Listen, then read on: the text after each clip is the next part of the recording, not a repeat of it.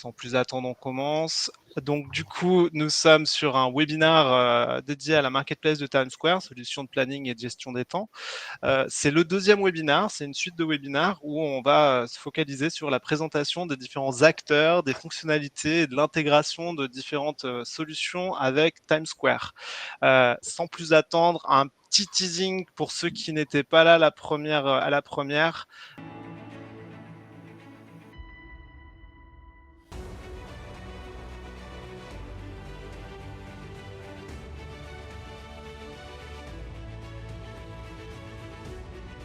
Comment la GTA et la gestion des temps et des activités évoluent-elles au sein d'un SIRH de plus en plus étendu, hybride, collaboratif? C'est le travail de l'éditeur de se dire, OK, je connais tout le marché, je connais le besoin, j'ai une relation de confiance avec les utilisateurs, je vais sonder le marché, sélectionner des très bons outils, les intégrer dans mon fonctionnement et apporter de la plus-value, du gain de temps aux collaborateurs. La flexibilité, c'est plus une simple contrainte, c'est devenu vraiment un nouvel équilibre. On accorde plus de confiance, mais en parallèle, on a aussi un besoin de contrôle. Le turnover augmente dans les entreprises, notamment dans le secteur de la grande et moyenne distribution, dans la relation client, dans la restauration, etc. On conçoit en fait nos solutions pour qu'elles soient utilisées autant par des services RH et des recruteurs que par des opérationnels et des managers. On peut déjà garantir que la personne est bien là où elle prétend être dans une fenêtre de temps donnée. L'offre du SaaS, c'est l'interopérabilité, la flexibilité. La reproche à l'on-premise, c'est le silo. C'est-à-dire que j'ai tel outil qui ne communiquent pas forcément entre eux. Le SaaS va imposer cette interopérabilité entre les différents outils que peut utiliser une organisation. La marketplace Times Square, c'est en fait un projet qui a été mûri depuis quelques années et qui part en fait d'un constat simple à la base, terrain. On est sur une présentation de tout ce qui est le SIRH étendu, la gestion des temps étendue. L'idée, c'est de proposer en fait un ensemble de solutions dans un environnement qui est de plus en plus complexe, dans lequel la planification et la gestion des temps sont parfois complémentaires à d'autres solutions. On va avoir des notions de recrutement, de onboarding, de communication RH, de gestion particulière de certains types de collaborateurs comme les intérimaires que nous allons voir aujourd'hui. Et dans tout ça, nous avons quand même un univers qui est assez complexe, qui est compliqué à mettre en place. Et donc, du coup, par moment, on a besoin d'accompagnement. C'est pour ça que nous avons aussi Arnaud aujourd'hui présent avec nous de chez Temps d'Avance. L'idée, c'est de proposer en fait un ensemble de solutions qui évoluent dans Times Square et qui sont complètement interopérables avec Times Square. Des flux qui permettent d'éviter des questions de ressaisie. L'idée, c'est vraiment de proposer un ensemble de solutions interconnectées dans lesquelles en fait les différents acteurs en fait de l'entreprise vont pouvoir travailler ensemble. Donc il y a cette notion de profiling qui est très importante et qui permet aussi de mieux travailler, mieux collaborer ensemble dans l'entreprise, que ce soit au niveau managérial, au niveau RH, au niveau des collaborateurs, avec la transparence, des tableaux de bord avec la direction. Voilà, des flux vraiment qui sont vraiment dédiés à l'ensemble de la productivité, de l'efficacité en fait dans l'entreprise. Donc les partenaires sont des partenaires avec lesquels nous travaillons, sur lesquels nous avons eu plusieurs projets. Très souvent, les partenaires qui sont intégrés à notre marketplace partent de projets concrets qui sont déjà menés avec des utilisateurs et des clients, donc avec des situations vraiment métiers et opérationnelles concrètes qui permettent en fait de développer des réponses à des besoins précis. Donc c'est vraiment une sorte de continuité technologique et fonctionnelle dans laquelle nous on a fait le parti parce que à la base Times Square et plus particulièrement Holidis c'est une entreprise dédiée en fait à l'édition de logiciels de gestion des plannings et des temps. Donc on est vraiment très spécialisé là-dessus, on ne peut pas tout faire et on sait qu'il y a plein d'autres acteurs qui font et qui répondent aux besoins fonctionnels et métiers de nos différents acteurs, clients et utilisateurs. Donc du coup, nous avons fait le pari d'embrayer dans cette voie et de proposer en fait des solutions concrètes par le biais de nos partenariats. L'idée, c'est vraiment de proposer une continuité technologique et fonctionnelle tout en ayant un mode de distribution et un rapport privilégié en fait avec ces acteurs, de manière à simplifier tout ce qui est la communication, l'intégration, le paramétrage, les démarches commerciales tout au long de la vie de votre expérience sur les différents produits Times Square. Donc aujourd'hui, nous sommes en présence de Pixid, de Steeple et de Temps d'Avance. Alors Pixid pour la gestion des intérimaires, Steeple qui est une solution digitale de communication RH et interne qui permet d'accélérer et d'améliorer la communication entre les différents acteurs de l'entreprise, et Temps d'Avance qui apporte des solutions, des conseils en solutions de GTA et de planification. Donc en AMOA avec Arnaud. Comment cela fonctionne? C'est très simple. En fait, tout ça, c'est paramétrable, dédié et accessible depuis Times Square. Il y a un volet vraiment technique qui est disponible. Alors, ça regroupe pas mal de notions qui sont intéressantes à savoir, notamment le respect de la vie privée, le RGPD. Nous avons des connexions en SSO qui permettent de simplifier les connexions, surtout qu'on a du multi-profil, c'est-à-dire que l'ensemble des solutions et des outils de nos jours ont différents niveaux d'accès.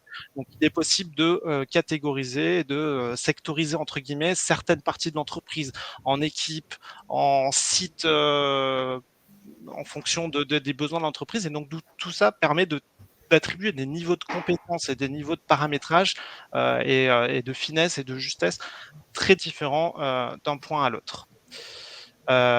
Je vous montrerai tout ça. Et donc, du coup, sans plus attendre, on va lancer un peu plus dans le concret. Donc, tout simplement, Antoine, est-ce que vous pouvez nous présenter qui est Pixid et quelle est votre vision de ce marché du travail qui est plutôt sous tension? Alors bonjour à tout le monde. Donc oui, en effet, donc moi je suis Antoine Poiron. Je m'occupe des nouvelles offres chez Pixid qu'on appelle les offres de recrutement, et également des partenariats. Donc on est très heureux d'être partenaire d'Olidis et de travailler avec vous sur votre marketplace parce qu'on croit vraiment dans la complémentarité des solutions. Donc Pixid, le nom a été créé il y a à peu près 18 ans. On est une plateforme un petit peu de gestion de la flexibilité. Donc, on va aider les entreprises en fait à recruter et à trouver les bons profils et les bons candidats et les mettre au travail donc dans les magasins, sur les chaînes de production. Pourquoi? Parce qu'on sait qu'aujourd'hui, une des grosses problématiques, c'est le recrutement et comme tu venais de le dire, la pénurie de talent. Et quand on n'a personne pour travailler ou pour rendre service aux clients, c'est du chiffre d'affaires en moins. Et donc, ça fait 18 ans qu'on aide. On a à peu près 50 000 clients. On gère à peu près 330 000 missions par jour sur la plateforme. Et donc, ça va être tout type de clients, des grandes entreprises, des moyennes entreprises qui vont soit pouvoir recruter en direct ou soit à travers des sociétés de services d'externalisation RH, pouvoir aller sourcer des candidats qui soient intérimaires hier, aujourd'hui des CDD, des stagiaires, des CDI et puis demain des freelances, des contractors, tout type de candidats pour pouvoir justement ensuite répondre le plus rapidement possible aux besoins de recrutement des entreprises. Alors Antoine, justement, nous on se connaît depuis un moment oui. Et j'ai vu l'évolution de Pixid au fil des années qui est vraiment spectaculaire. Et bravo. Et néanmoins, je me rappelle que dans les premières années, quand cette nouvelle offre est sortie, j'avais un peu eu du mal à comprendre vraiment opérationnellement comment ça se passait pour un client. Et nous, dans notre métier de conseil, on est très opérationnel et on a besoin que notre client comprenne en deux phrases comment ça va se passer dans sa vraie vie. Et d'autant plus en ce moment où le marché du travail, il est en 3 ans, il a explosé. Il y a énormément de mouvements. Et donc, tu peux nous expliquer concrètement comment ça se passe pour un client qui installe les solutions de Pixid? Oui, je vais éviter le jargon un peu consultant. Donc, oui. C'est vrai que parce qu'on parle souvent de TTA ou d'ATS ou de MS, mais en fait, dans la vraie vie, on le voit aussi chez nos clients, comme tu le vois, c'est qu'en fait, notamment aussi pour tous les secteurs qui sont présents dans les clients Olidis, donc les services, la distribution, le commerce, mais on a souvent des services RH qui sont centralisés et qui vont servir justement des sociétés multisites où en fait il y a des sites qui vont recruter plutôt en intérim, d'autres qui vont recruter plutôt avec des viviers, des CDD, des stagiaires, d'autres qui vont avoir plutôt des recrutements CDI plutôt longs. Et donc, il y a des multitudes de typologies de recrutement. Et aujourd'hui, quand on va chez nos clients, ils ont une multitude de systèmes qui ne se parlent pas.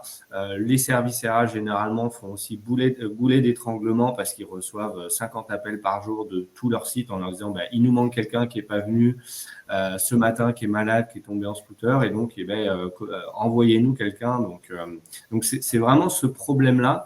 C'est cette gestion un petit peu à 360 du recrutement, d'avoir une plateforme aussi qui soit hyper collaborative entre des opérationnels et des managers qui vont pouvoir initier le besoin le plus rapidement possible, pouvoir le faire valider, pouvoir le sourcer, soit que ce soit une charge un peu répartie entre eux en local et les services centraux RH qui sont parfois à Paris ou à Lyon ou à Nantes. Et donc, justement, fluidifier tout ce process. Alors, on n'a pas de solution miracle parce que on vient de le dire. Aujourd'hui, Arnaud et Clément, et Cédric, vous avez vu que le chômage continue de baisser. Il y a eu 5000 CDI signés en 2022, donc c'est très très compliqué de trouver du personnel. Le but aujourd'hui, c'est vraiment d'avoir une plateforme qui source tout type de candidats, donc via les job boards, via des viviers, via les entreprises de travail temporaire, via les bureaux de recrutement, via les CV qui sont déposés dans les magasins, et de justement avoir un outil qui permet de prendre rapidement des décisions pour recruter les personnes. Et du coup, la question piège qui arrive juste derrière, tu t'en doutes, c'est avec Times Square. Parce que nous, d'abord, première chose, non, les consultants n'ont pas de jargon, Antoine. Je le précise. Non, on parle comme tout le monde, très simplement. Je t'en prie.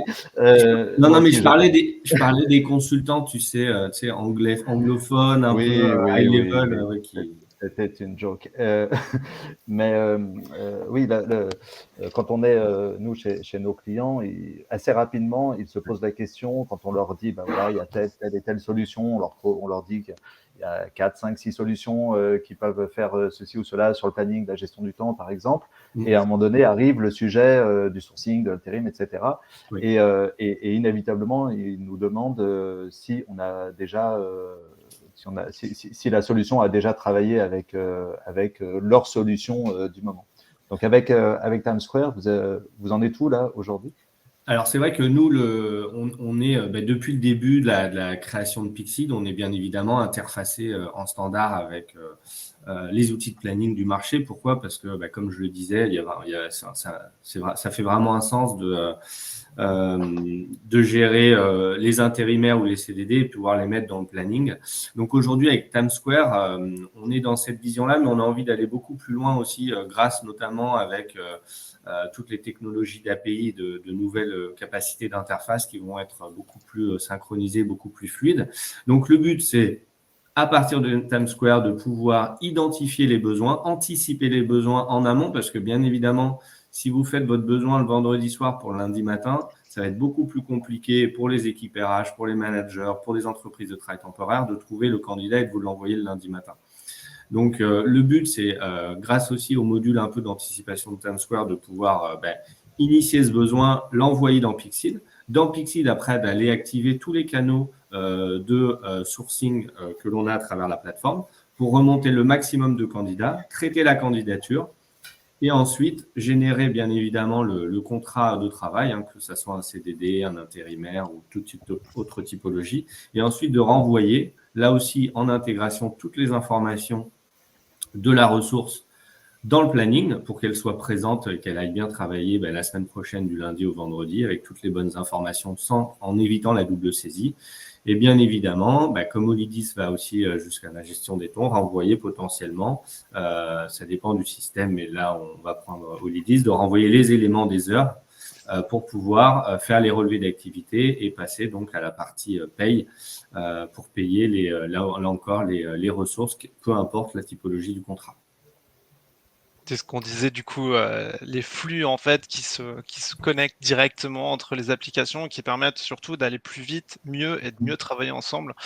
C'est vraiment un clé d'orgue des différentes solutions et outils du marché aujourd'hui sur le domaine SIRH, c'est de bien travailler ensemble, surtout qu'on a des outils de plus en plus précis, pointus, et voilà, faire le pari de prendre le bon outil, c'est aussi parfois accepter de travailler avec d'autres outils et de les interconnecter. Jusqu'à aujourd'hui, tout se passe très bien, il n'y a pas de souci de flux et tout est limpide. Merci Antoine. J'ai pas de questions pour le moment sur cette partie de la gestion des intérimaires, donc on va pouvoir. Oui. Tout a été clair, alors je suppose. Tout a été clean, clair, si parfait. Malgré un début un peu chaotique, je m'en excuse encore. On va pouvoir passer à la partie suivante. Du coup, on parle beaucoup de communication, de mieux travailler ensemble. Donc, du coup, Steeple vient bien intégrer cette composante-là. Du coup, Clément, est-ce que vous pouvez nous présenter un peu Steeple et comment votre solution révolutionne le tableau d'affichage classique, on va dire, dans l'entreprise ? Ouais, tout à fait. Merci beaucoup, Cédric. Donc, moi, je suis Clément Sangan. Je suis en charge de la dimension commerciale et des partenariats chez Steeple. Steeple, pour ceux qui ne le connaissent pas, donc nous, on est une société bretonne. On est basé à Rennes. On a un peu plus de 10 ans d'existence et on a un métier assez précis. C'est d'aider les entreprises qui vont avoir des enjeux autour de la cohésion d'équipe, de la bonne transmission de l'information, de la fidélisation, de la rétention des collaborateurs au sein de l'organisation. Antoine le disait, on est sur une période assez pénurique en termes de recrutement. C'est aussi important de recruter que de garder les collaborateurs qu'on a en interne. Et donc, nous, on intervient sur ce volet-là pour aider les organisations et les entreprises à fidéliser leurs collaborateurs. Donc, on a un peu plus de 1000 clients aujourd'hui chez Steeple, de toute taille, de tout secteur d'activité, des petites PME aux grands groupes de plusieurs milliers de collaborateurs. Dans tout secteur d'activité, on est très, très présent, notamment dans la grande distribution. C'est un petit peu notre porte d'entrée. Mais on est aussi présent sur le BTP, sur la santé, sur la restauration, sur l'industrie. Bref, tous les secteurs où finalement on rencontre à peu près les mêmes problématiques, celles que j'ai évoquées juste avant. Et d'ailleurs, chez tous nos clients aujourd'hui, on trouve un point commun principal, c'est le fait d'avoir différentes typologies de salariés. Et quand je parle de différentes typologies de salariés, je pense tout particulièrement à ce qu'on appelle chez nous les collaborateurs déconnectés, ceux qui, à l'inverse de nous tous derrière l'écran aujourd'hui, qui n'ont pas accès à un téléphone personnel ou professionnel, qui n'ont pas accès à un ordinateur sur le lieu de travail, qui sont parfois sur des sites de production, en magasin, sur la route, en déplacement, et qui n'ont pas facilement accès finalement à l'information. Notre rôle, c'est de réussir à communiquer, à intégrer ces personnes qui aujourd'hui sont un petit peu mises de côté finalement de la communication interne de l'entreprise. Et donc, pour ça, pour créer l'outil plus adapté, pour tenter de révolutionner justement cette manière de communiquer avec les équipes, ce qu'on a fait chez Steeple, c'est d'aller sur le terrain et voir un petit peu justement comment ça se passait dans les organisations jusqu'à maintenant. Et ce qu'on a constaté, c'est qu'il y avait 2 outils en place. Un outil très traditionnel, le plus souvent, le fameux tableau d'affichage papier que peut-être certains utilisent encore aujourd'hui. Ce tableau-là, il n'a pas beaucoup d'avantages. Il n'est pas moderne, il n'est pas interactif, il est lourd à mettre à jour, il n'est pas du tout mesurable pour les communicants. Est-ce que tout le monde a bien l'information? On n'en est pas sûr. Mais par contre, ce tableau-là, il a un gros avantage, c'est d'être physiquement présent au sein des locaux, au sein de l'entreprise et d'être accessible à tous les collaborateurs. Ceux qui sont à l'aise avec le digital ou pas, ceux qui ont accès à un téléphone, un ordinateur ou pas, n'importe quel salarié, quand il passe devant le tableau papier, peut consulter la publication qui a été faite. Mais par contre, justement, pour essayer de rendre ça un petit peu plus moderne, un peu plus interactif et essayer de fidéliser ses collaborateurs, on a vu tout un tas d'outils digitaux mis en place. On a vu des messageries, on a vu des intranets, on a vu des réseaux sociaux, tout un tas de choses qui sont très sympas, très ludiques, plus modernes à utiliser, mais qui, encore une fois, le plus souvent, vont exclure une grosse partie de ses collaborateurs, tous ceux qui n'y ont pas accès, qui n'ont pas le téléphone dans la poche ou qui n'ont pas accès à un poste de travail au cours de la journée. Et donc, nous, pour créer notre solution, on a pris un petit peu le meilleur des deux. On a fait une solution un petit peu hybride qui passe à la fois par du physique, avec justement ces écrans tactiles qu'on voit un petit peu à l'image et que vous voyez derrière moi, un petit peu en arrière. Ces écrans-là, leur but, c'est vraiment de venir remplacer ce tableau d'affichage papier qui existe aujourd'hui, le rendre beaucoup plus moderne, évidemment, plus interactif. On va pouvoir participer directement dessus, choisir la publication qui nous intéresse, pouvoir liker, commenter, avoir vraiment un rôle de participant quand on est au sein des locaux, quand on est ce collaborateur qui n'a pas accès au téléphone. Et puis, bien sûr, toutes ces publications, toute cette actualité qu'on retrouve sur l'écran tactile, on la retrouvera aussi, bien évidemment, sur une application smartphone, sur un accès ordinateur, pour cette fois les personnes qui sont au bureau, les personnes qui sont en déplacement, en itinérance ou autre. Et le but derrière ça, c'est évidemment de fournir de l'information à 100% des collaborateurs d'entreprise, connectés comme non connectés, présents physiquement ou pas, mais qu'en tout cas, 100% des collaborateurs aient le même accès à l'information et puissent directement aussi interagir, s'impliquer sur les contenus qui y sont faits. Donc évidemment, on peut retrouver tout type de contenu sur Steeple, de la vidéo, du lien, des contenus documentaires, bien évidemment. Et puis le rôle aussi, c'est de décharger le service communication, le service RH, d'être le point central de l'information. On sait qu'aujourd'hui, c'est beaucoup le cas. La charge de la communication d'entreprise est souvent à la responsabilité d'une ou deux personnes. Le but avec Steeple, c'est aussi d'impliquer un maximum de personnes sur le sujet, de trouver différents relais, différents contributeurs, des responsables de services, différents services de pôle qui vont participer elles aussi à l'animation de la solution, qu'on soit plus centralisé sur une seule et même personne, mais au contraire sur un seul et même outil, et donc d'avoir un outil qui soit très vivant, alimenté par plusieurs personnes, pour impliquer un maximum aussi les collaborateurs et avoir un outil qui leur corresponde, qui les intéresse dans leur activité quotidienne. D'ailleurs, c'est un peu l'exemple type de cette relation de travail qu'on va avoir avec nos utilisateurs, nos clients. Et notre rapprochement est né d'un constat de terrain très simple, effectivement, le besoin de mieux communiquer avec les équipes et notamment de partager et de diffuser pleinement les plannings. Souvent, il y a des remontées d'informations terrain qui nous disent que c'est difficile de communiquer les plannings, alors parce qu'il n'y a pas d'adresse email perso, effectivement, ou de terminal perso qui ne peut pas être utilisé pour diffuser les plannings, etc. Et le tableau d'affichage est souvent un peu limité, effectivement, quand il n'est pas digitalisé. Donc voilà, on a le meilleur des deux mondes et ça permet de mieux diffuser les plannings et surtout de mieux comprendre les plannings quotidiens, hebdomadaires, notamment depuis Times Square, qui sont diffusés en live partout dans l'entreprise. Exactement. Dans les secteurs avec lesquels on travaille, qui plus est, la grande distribution, la restauration, c'est des secteurs sur lesquels les plannings sont amenés à évoluer assez régulièrement. Un collaborateur qui n'est pas passé peut-être sur le tableau dans la journée va passer à côté de l'information. Tandis qu'avec Steeple, toutes les mises à jour vont être faites en direct. Un collaborateur qui est chez lui, un équipier de chez McDo ou un collaborateur d'un magasin Leclerc, et de chez lui, il peut checker son planning, vérifier les ajustements qui ont pu être faits et justement pallier à ce manque d'informations qu'on peut avoir si on n'a pas une démarche proactive à ce niveau-là. Alors, je vais me poser une question. Alors là, Antoine, il va hurler parce que du coup, c'est une question de consultance. Mais Clément, je me demandais le retour sur investissement. Enfin, est-ce qu'il se calcule le ROI chez vos clients? Parce que j'imagine qu'à un moment donné, quelqu'un doit payer. Donc, le DAF doit dire OK, je suis prêt à payer, mais quel est le retour? Exactement. Et c'est tout l'intérêt d'avoir une solution digitale et pas un tableau papier. Je le disais en introduction, le tableau papier n'est pas mesurable. Une solution comme Steeple, tout est mesurable derrière ça. Donc, effectivement, le ROI va se mesurer totalement sur le nombre d'inscrits qu'on aura sur la plateforme. Donc, je l'ai dit, le tableau il est accessible à tous, mais notre but à nous, c'est d'avoir le plus d'inscrits possible au sein des organisations, d'avoir des personnes qui vont venir interagir, qui vont liker, commenter, participer au sondage, à l'animation de la solution. C'est aussi pouvoir mesurer la visibilité de chacun des contenus, le nombre de likes, de commentaires, de sites qui vont plus ou moins interagir. Bref, avoir tous les indicateurs de mesure de la performance pour être sûr qu'effectivement, l'outil il est bien utilisé, qu'il a une réelle utilité au sein de l'organisation, qu'il est pris en main par l'ensemble des parties prenantes et qu'effectivement, ce soit un bon investissement pour l'entreprise, que ça permette de régler certaines difficultés qui peuvent parfois, sans le savoir, faire perdre de l'argent. Et là, on peut sensibiliser, on peut faire des rappels, différentes choses qui vont permettre à la fois de rentabiliser l'outil et aussi de mesurer son efficacité. Ok, merci. Super, ça m'a l'air clair. On n'a pas de questions. Est-ce que non, on attend. Peut-être qu'il y aura des questions d'ici un peu plus loin. Si on a une question.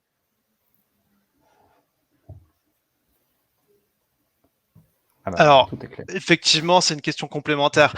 Les deux sont parallélisables en fait. My Times Square est disponible. La question c'est est-ce que les collaborateurs peuvent consulter leur planning en ouvrant My Times Square sur leur smartphone? Est-ce que c'est la même chose ou je n'ai pas compris?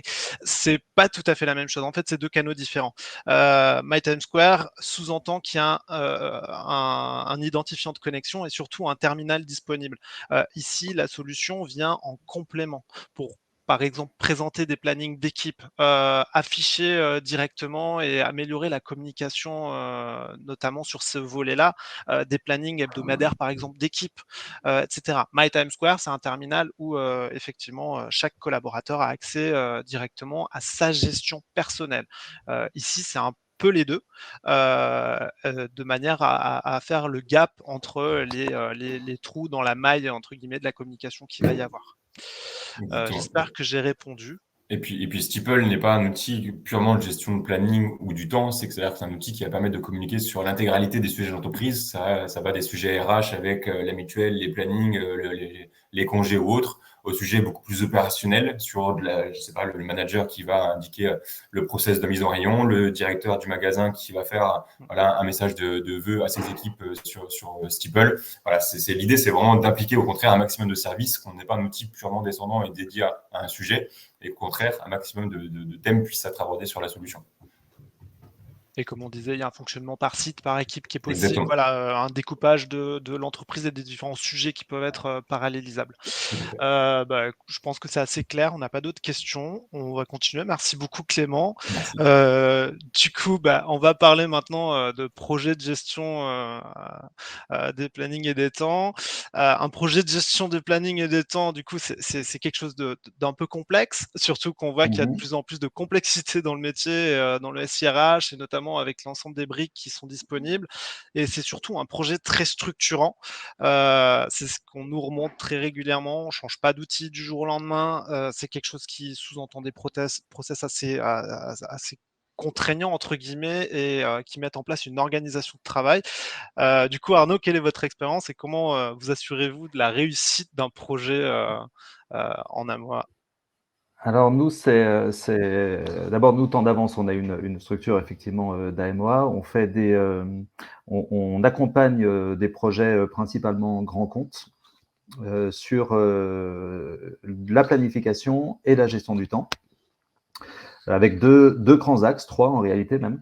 Un premier axe qui est l'avant-projet, la phase de cadrage, de cahier des charges, de consultation pour choisir un éditeur. Ça, c'est une première chose. Et puis, la deuxième, c'est la phase projet réellement, une fois que l'éditeur est choisi, sur laquelle, là, on est toujours sur la partie gauche, la phase pendant laquelle on accompagne notre client pour la mise en œuvre. On n'est pas intégrateur, et on ne fait pas de TMA, c'est important de le préciser, on est complètement indépendant.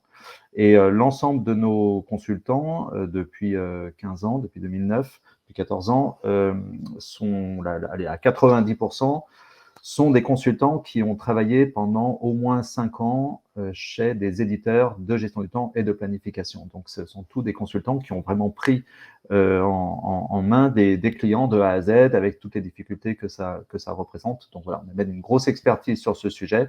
Voilà, j'ai toujours considéré qu'il fallait bien connaître le dessous du moteur pour arriver à conseiller un client qui se retrouve face à 3, 4, 5, 6 éditeurs sur son projet.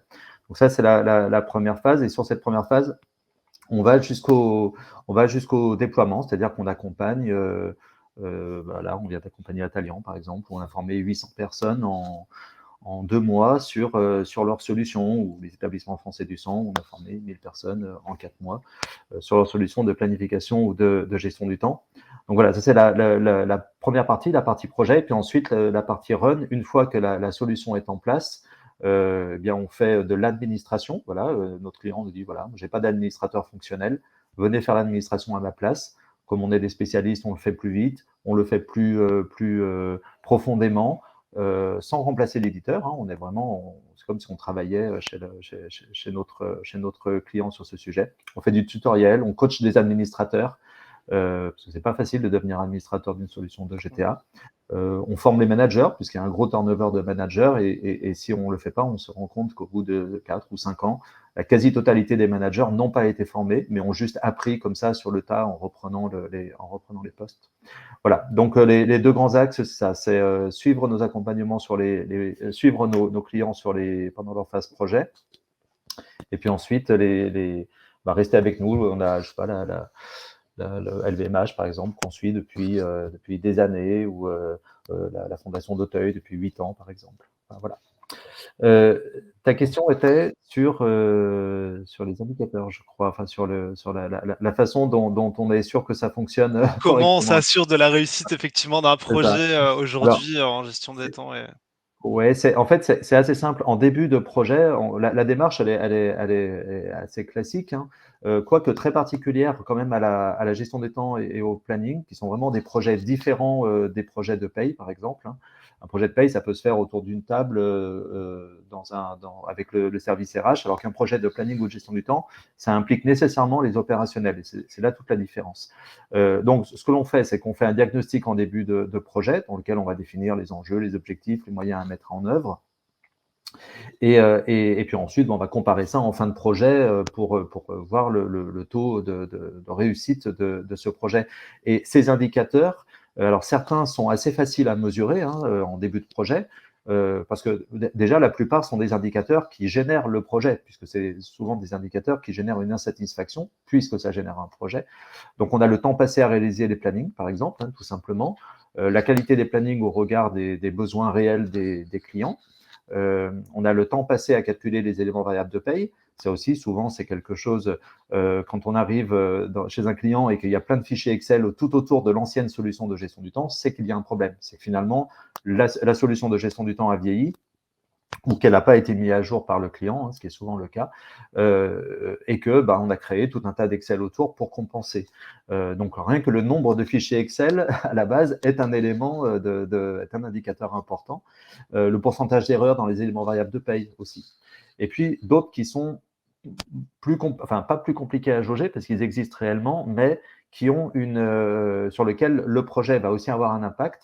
C'est le turnover et les taux d'absentéisme. Si tout le monde est bien planifié et si la gestion du temps est bien gérée, c'est quelque chose qui participe à la qualité de vie au travail.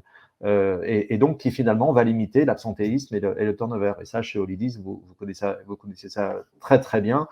Une équipe bien planifiée, bien gérée, c'est un turnover quasi égal à 0. Donc ça, c'est important. Et en fin de projet, on va reprendre tous ces indicateurs et on va regarder le temps passé dorénavant à réaliser les plannings, le temps passé à calculer les éléments variables de paye.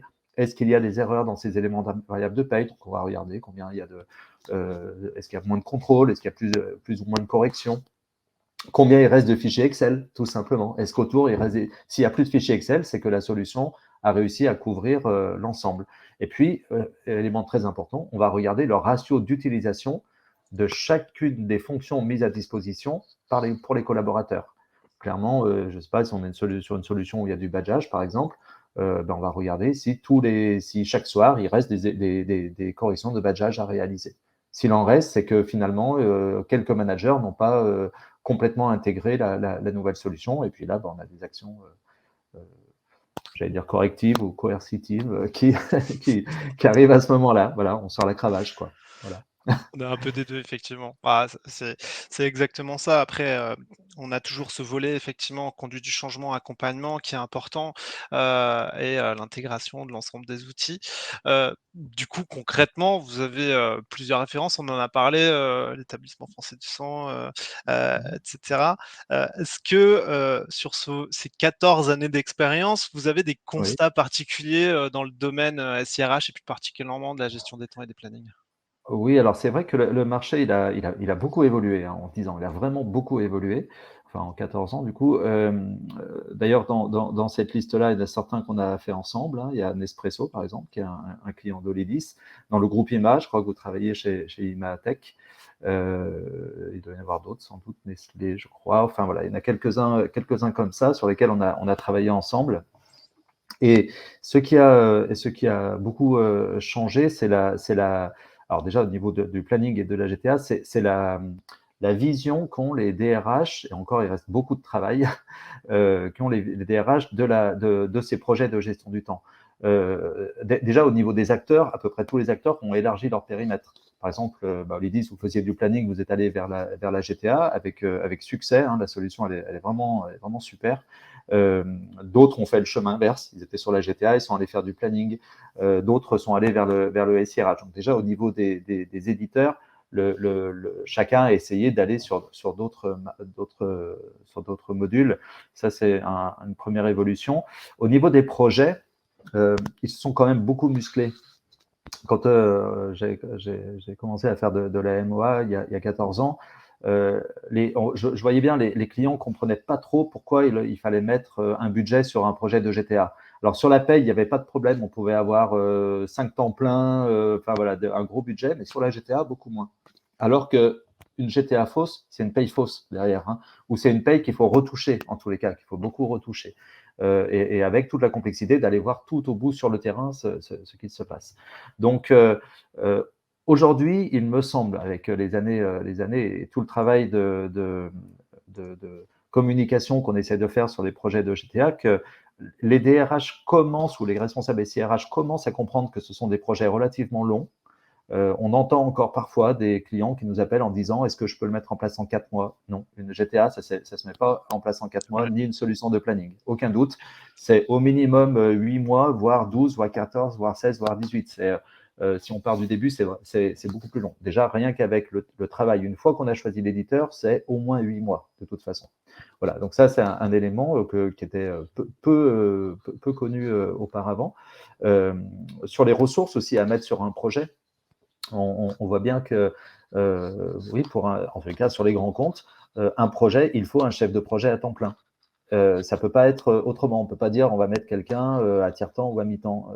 Non, c'est un projet, c'est une personne à temps plein, parce que justement, ce n'est pas qu'un projet RH, c'est un projet qui touche tous les opérationnels. Et donc, ça veut dire qu'il va falloir passer beaucoup de temps à aller toucher les opérationnels, discuter avec eux, comprendre exactement ce qu'est leur planning.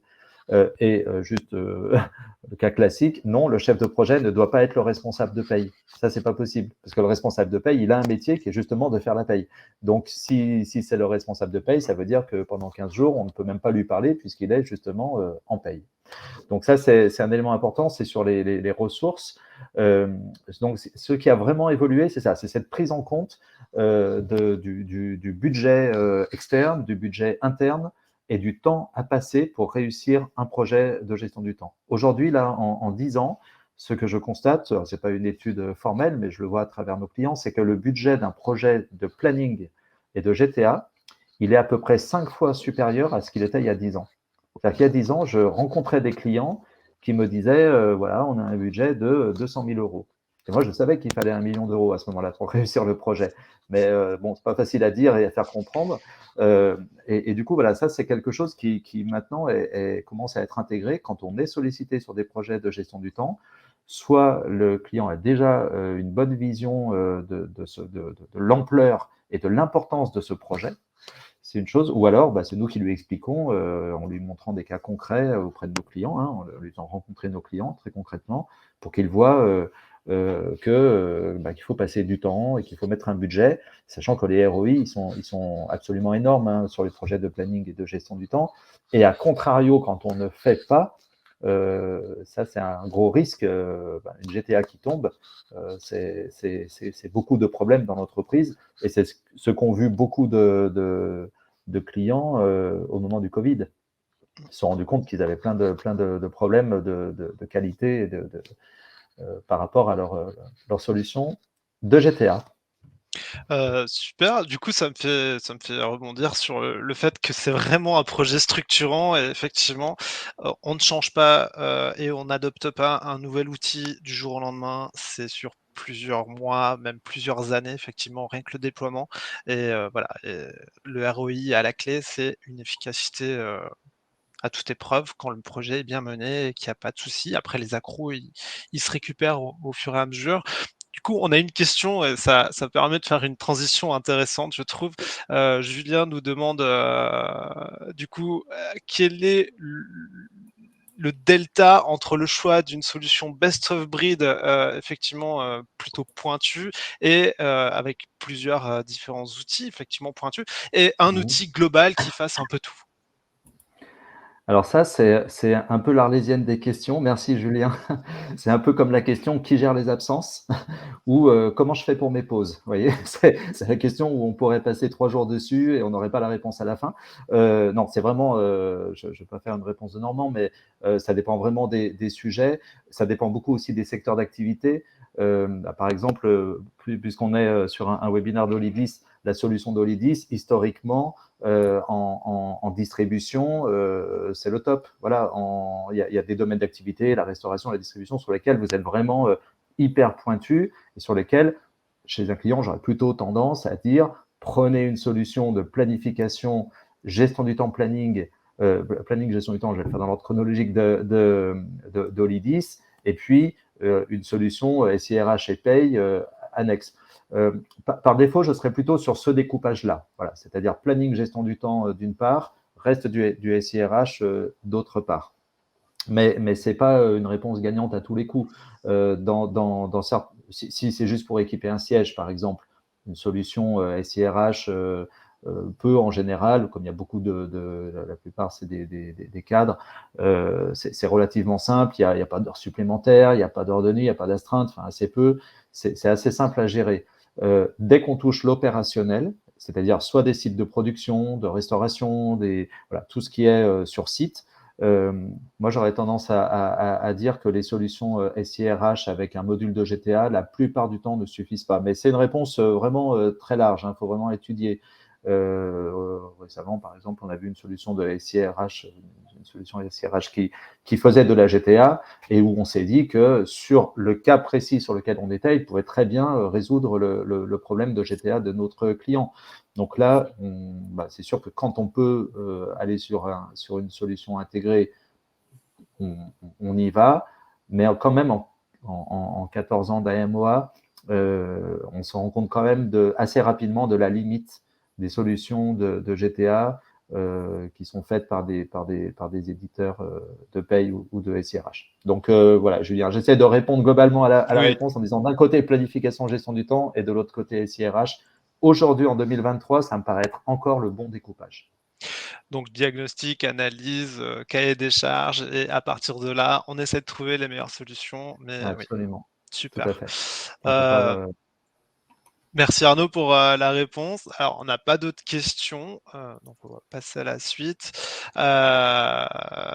Donc très rapidement, l'ensemble de ces interventions, c'est des experts métiers dans leur domaine, et nous avons pris le parti en fait d'essayer de suivre une série de podcasts qui nous permet en fait d'interviewer ces intervenants. Donc du coup ici, on a déjà Arnaud et Steeple qui ont intervenu directement sur cette série, qui nous permet en fait de faire des focus vraiment précis et concis. Je vous mets tout de suite le lien à disposition dans le chat. Vous pourrez aller regarder. Il y a un peu tout, du recrutement, du onboarding, etc. Vous allez rencontrer des experts qui sont très intéressants, qui ont plein de facteurs clés de succès en fait à vous amener pour améliorer l'efficacité de l'organisation.